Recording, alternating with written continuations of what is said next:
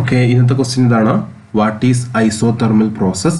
Derive the expression to find out the work done of an isothermal process. അപ്പോൾ എന്താണ് isothermal process എന്നാണ് ആദ്യം എഴുതേണ്ടത്. ഐസോതെർമൽ പ്രോസസ് എന്ന് പറഞ്ഞാൽ isothermal process also called constant temperature process അല്ലെ.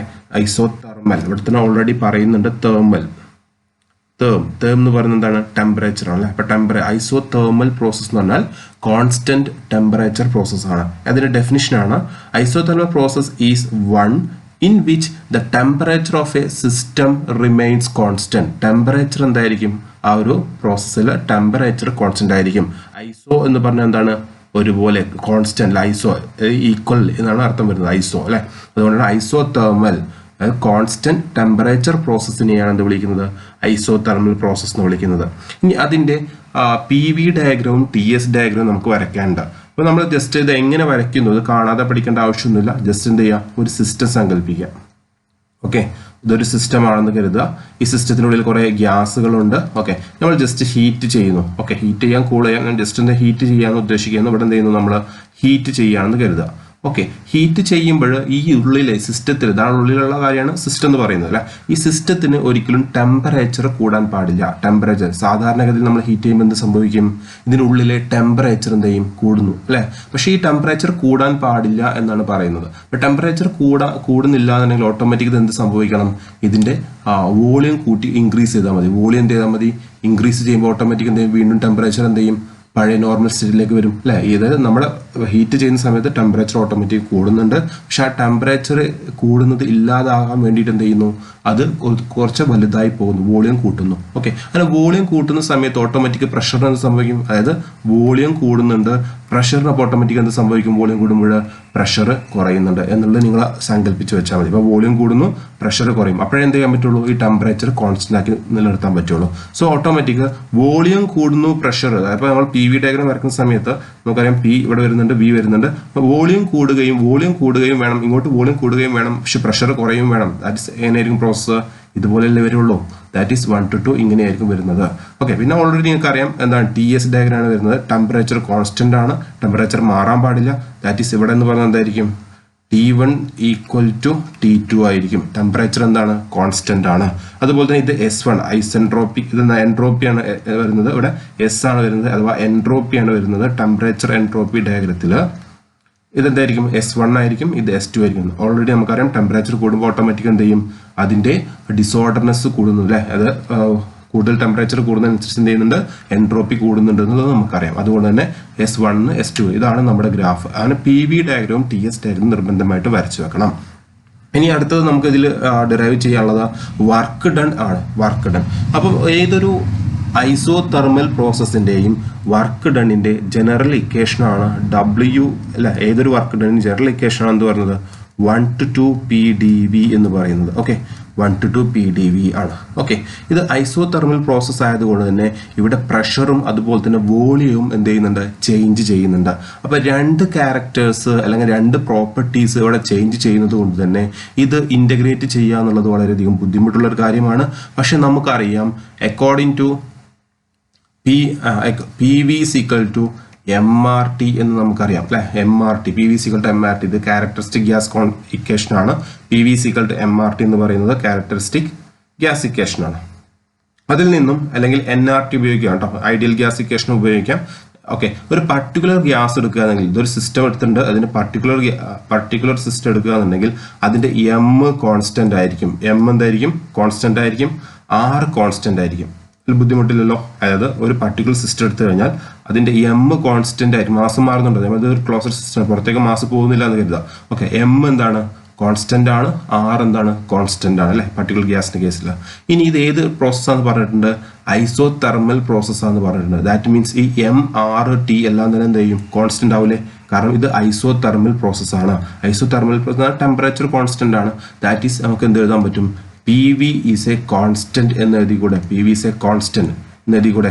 ദാറ്റ് മീൻസ് അതിൽ നിന്നും നമുക്ക് എന്ത് എഴുതാൻ പറ്റും? എന്ത് എഴുതാം? P is equal to constant ഞാൻ C എന്നുള്ള ലെറ്റർ കൊടുക്കുന്നു, C/V എന്ന് എഴുതി കൂടെ. C/V എന്ന് എഴുതി കൂടെ. ഓക്കെ ആണല്ലോ. ഇനി ഈ ഇക്വേഷനെ ഞാൻ നേരെ ഇവിടെ കൊണ്ടുപോയിടുകയാണ്. That means integral 1 to 2 P ന് പകരം എന്ത് ചെയ്യുന്നു? C by V D V എന്ന് എഴുതുന്നു. സി ബൈ വി ഡി എന്ന്. ഇവിടെ കോൺസ്റ്റന്റ് സി ഉണ്ട്. സീനെ പുറത്തേക്ക് എടുക്കുമ്പോൾ ഓട്ടോമാറ്റിക് എന്ത് സംഭവിക്കും? C into integral 1 to 2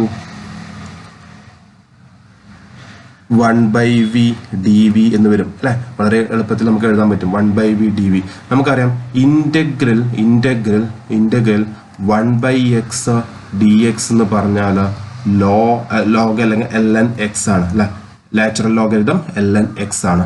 okay, ഇത് സ്റ്റാൻഡേർഡ് റിസൾട്ട് ആണ്. ഇൻ്റഗ്രൽ 1 by x dx എന്ന് പറഞ്ഞാൽ ln x ആണ്. നാച്ചുറൽ ലോഗരിതം x ആണ്. ഓക്കെ ആണല്ലോ. അപ്പം അങ്ങനെയാണെങ്കിൽ ഇവിടെ 1 by v dv ആണ്. ഇവിടെ എക്സിന് പകരം v ആണുള്ളത്. ഓട്ടോമാറ്റിക് എന്ത് ചെയ്യും? ഇതിൻ്റെ ഇക്വേഷൻ വരും സി ഇൻറ്റു എന്ത് വരും? ഇവിടെ ആകുമ്പം ln v എന്ന് വരും. പക്ഷേ ഇവിടെ ലോവർ ലിമിറ്റും അപ്പർ ലിമിറ്റും കൊടുക്കണം. ലോവർ ലിമിറ്റ് കൊടുത്തു, അപ്പർ ലിമിറ്റ് കൊടുത്തു. ഇങ്ങനെ വരുന്ന സമയത്ത് നമ്മൾ എന്ത് ചെയ്യും? അത് ലോവർ ലിമിറ്റും അപ്പർ ലിമിറ്റും അപ്ലൈ ചെയ്യണം. That is C into ln v2 minus ln v1 എന്നുള്ള രീതിയിൽ ലോവർ ലിമിറ്റും അപ്പർ ലിമിറ്റും നമ്മൾ അപ്ലൈ ചെയ്തു. ഓക്കെ, അപ്പോൾ ln v2 minus ln v1 എന്ന് വരും. ഇനി മറ്റൊരു ജനറൽ ആയിട്ടുള്ള ഒരു ഫോർമുല ഉണ്ട്. ln v2 അല്ലെങ്കിൽ ln x2 minus ln x1 എന്ന് പറഞ്ഞാൽ ln x2 minus ln x1 എന്ന് പറഞ്ഞാൽ നമുക്ക് ln x2 divide by x1 എന്ന് എഴുതാൻ പറ്റും. ഇതൊരു ജനറൽ ആയിട്ടുള്ള ഒരു ഇക്വേഷനാണ്. അപ്പം അങ്ങനെ ആകുമ്പോൾ നമുക്ക് ഇത് എങ്ങനെ എഴുതാൻ പറ്റും? That is C into ln v2 divide by v1 എന്ന് എഴുതാൻ പറ്റും. ബുദ്ധിമുട്ടുണ്ടോ? C into ln v2 by v1. ഇത്രയും ഓക്കെ ആണല്ലോ. ഓക്കെ, ഇപ്പം ഇനി നമുക്ക് അടുത്ത ഓൾറെഡി നമുക്ക് എന്ത് കിട്ടിയിട്ടുണ്ട്? w is equal to C into ln v2 divide by v1 എന്ന് കിട്ടിയിട്ടുണ്ട്. ഇനി ഒന്ന് ശ്രദ്ധിക്കുക, നമ്മുടെ ഈ ഒരു ഗ്രാഫ് നോക്കുന്ന സമയത്ത് ഈ v2 ഇതാണല്ലോ, v1 ഇതാണല്ലോ അല്ലെ. ഈ ഒരു v2 ബൈ v1 നമ്മൾ വിളിക്കുന്ന പേരാണ് എന്ത്? v2 ബൈ v1 വിളിക്കുന്ന പേരാണ് എക്സ്പാൻഷൻ റേഷ്യോ. എന്താ വിളിക്കുക? എക്സ്പാൻഷൻ റേഷ്യോ എന്നാണ് വിളിക്കുക. സാധാരണ ഡിനോട്ട് ചെയ്യുന്നത് എന്താണ്? ആർ എന്ന് പറയുന്ന ലെറ്റർ വെച്ചിട്ടാണ് നമ്മൾ ഡിനോട്ട് ചെയ്യുന്നത്. സോ അതുകൊണ്ട് തന്നെ നമുക്ക് എന്ത് ചെയ്യാൻ പറ്റും? ഈ ഒരു ഇക്വേഷനെ എങ്ങനെ എഴുതാൻ പറ്റും? That is equal to C into ln r എന്ന് എഴുതിക്കൂടെ? സി ഇൻറ്റു ln r എന്ന് എഴുതിക്കൂടെ? ഇനി നമ്മൾ ഓൾറെഡി സി എന്താണ് കൊടുത്തിട്ടുള്ളത്? സിന്റെ വാല്യൂ എന്താണ് കൊടുത്തിട്ടുള്ളത്? സി എന്ന് പറയുന്നത് എന്താണ്? പി വി അല്ലേ. സി എന്ന് പറഞ്ഞാൽ പി വി ആണ്. സോ ഓട്ടോമാറ്റിക് ഞാൻ എന്ത് ചെയ്യുന്നു? ഇവിടെ നിങ്ങൾക്ക് സിയുടെ പകരം ആ ഒരു വാല്യൂവിനെ വീണ്ടും നമ്മൾ അപ്ലൈ ചെയ്യണം. P V into ln r. Okay, ln r അല്ലെങ്കിൽ മറ്റൊരു ഇക്വേഷൻ ഇതാണ് ഒരു ഇക്വേഷൻ. ഓക്കെ, അല്ല എന്നുണ്ടെങ്കിൽ നമുക്ക് ഇത് എങ്ങനെ എഴുതാം? w is equal to P V into ln v2 divide by v1 അല്ലേ. ഓൾറെഡി ഇങ്ങനെ തന്നെ എഴുതാം. w is equal to P V ln v2 by v1. അല്ല എന്നുണ്ടെങ്കിൽ നമുക്ക് ഒരു കാര്യം കൂടി ചെയ്യാം. ഇവിടെ പി വി എന്ന് പറഞ്ഞാൽ നമ്മൾ ഓൾറെഡി സ്റ്റാർട്ടിങ് ചെയ്തത് എങ്ങനെയാണ്? P V is equal to MRT എന്ന് പറയുന്ന ക്യാരക്ടറിസ്റ്റിക് ഗ്യാസ് ഇക്വേഷനിൽ നിന്നാണ് സ്റ്റാർട്ട് ചെയ്തത് അല്ലേ. ക്യാരക്ടറിസ്റ്റിക് ഗ്യാസ് ഇക്വേഷനാണ് സ്റ്റാർട്ട് ചെയ്തത്. ഓക്കെ, അപ്പം അതുകൊണ്ട് തന്നെ നമുക്ക് എന്ത് ചെയ്യാം? ഈ പി വിക്ക് പകരം ഈ MRT കൊടുക്കുന്നതിൽ ബുദ്ധിമുട്ടുണ്ടോ?